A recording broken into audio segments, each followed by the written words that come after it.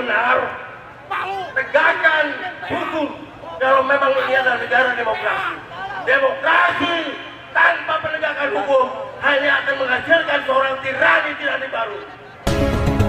Camkan itu.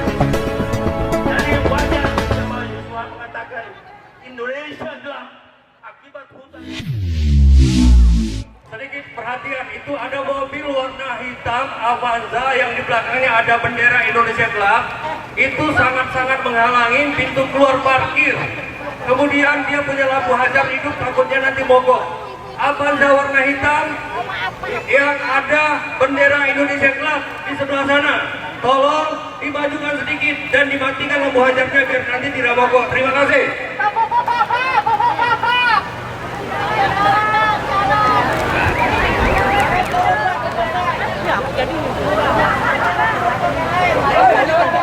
Baik.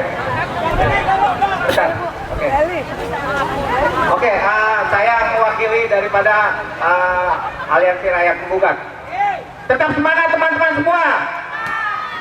Sekarang kita berada di depan punggawa terakhir daripada pemberantasan korupsi, yang dimana asetnya itu harus diselamatkan oleh KPK sendiri. Tapi apa yang terjadi pada saat ini? Kenapa kita konvoy melalui pemerintahan ATR BPN?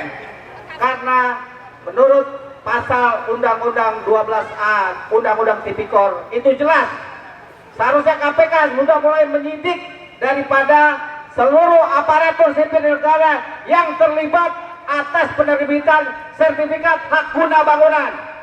Itu mudah sebenarnya. Tapi sampai saat ini ternyata KPK hanya mampu untuk menangkap kepala desa Kohot. Seharusnya harus juga menyidik kepala BPN. Hanya itu aja penyampaian daripada kami atas suara daripada rakyat penggugat. Terima kasih. Selanjutnya Pak Sudrajat dari Banten, PPI Pak. PPN singkatan dari apa itu Pak? Allahu Akbar. Silakan. Takbir. Allahu Akbar. Assalamualaikum warahmatullahi wabarakatuh. Salam Makassar merdeka. Takbir. Saudara-saudara, belum lama juga diorganize Crime and Corruption Reporting Project atau lembaga investigasi kejahatan dan korupsi terorganisir yang berpusat di Kanada telah menyatakan bahwa Jokowi adalah pemimpin terkorup di dunia yang ketiga. Betul ya? Seharusnya KPK tidak berlaku seperti banci. Saya kasihan terhadap bapak-bapak polisi ini menjaga lembaga negara yang sifatnya banci. Betul ya? Kita melihat bahwa negara selama ini banyak diatur oleh oligarki. Bagaimana PSN PIK 2 dikuasai oleh aguan yang kalau dari Jakarta sampai lontar 70 km, kali 1 km aja berarti 70.000 hektar atau 70 km persegi, mirip dengan Singapura. Artinya apa? Itu adalah negara dalam negara.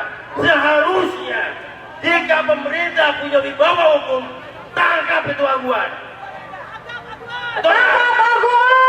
Negara tidak boleh kalah oleh seorang oligarki penjajah. Dan saya dengar ada 34 pesisir di Indonesia yang dikuasai oleh para oligarki hitam yang memudahkan Cina-Cina daratan untuk menjajah Indonesia. Harus berpikir tentang kedaulatan negara Republik Indonesia yang terancam. Yang kedua, Jokowi sebagai pemimpin yang korup, tentu suara rakyat sudah mengatakan Lex Populi, Lex Dei. Suara rakyat adalah suara Tuhan. Artinya suara rakyat sudah mengatakan tangkap Jokowi. Ini blunder besar bagi seorang pemimpin besar. Prabowo justru mengatakan hidup Jokowi. Pemimpin model apa itu? Jasmu. Kalau negara ingin benar, tegakkan hukum.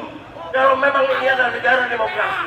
Demokrasi tanpa penegakan hukum hanya akan menghasilkan seorang tirani baru. Camkan itu.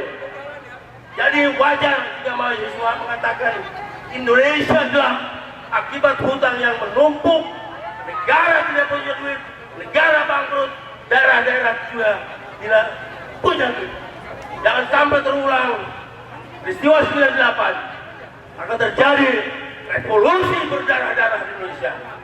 Negara tidak boleh kalah oleh seorang mantan presiden Jokowi yang berguguran dosa terhadap hukum, demokrasi, dan koruptor terbesar di Indonesia. Demikian, takbir! Allahu Akbar. Takbir! Allahu Akbar. Assalamualaikum warahmatullahi wabarakatuh. Waalaikumsalam warahmatullahi wabarakatuh. Oke, kita selesai. Kita akan bergeser ke Wapres. Silakan persiapkan pasukan, naik ke mobil masing-masing.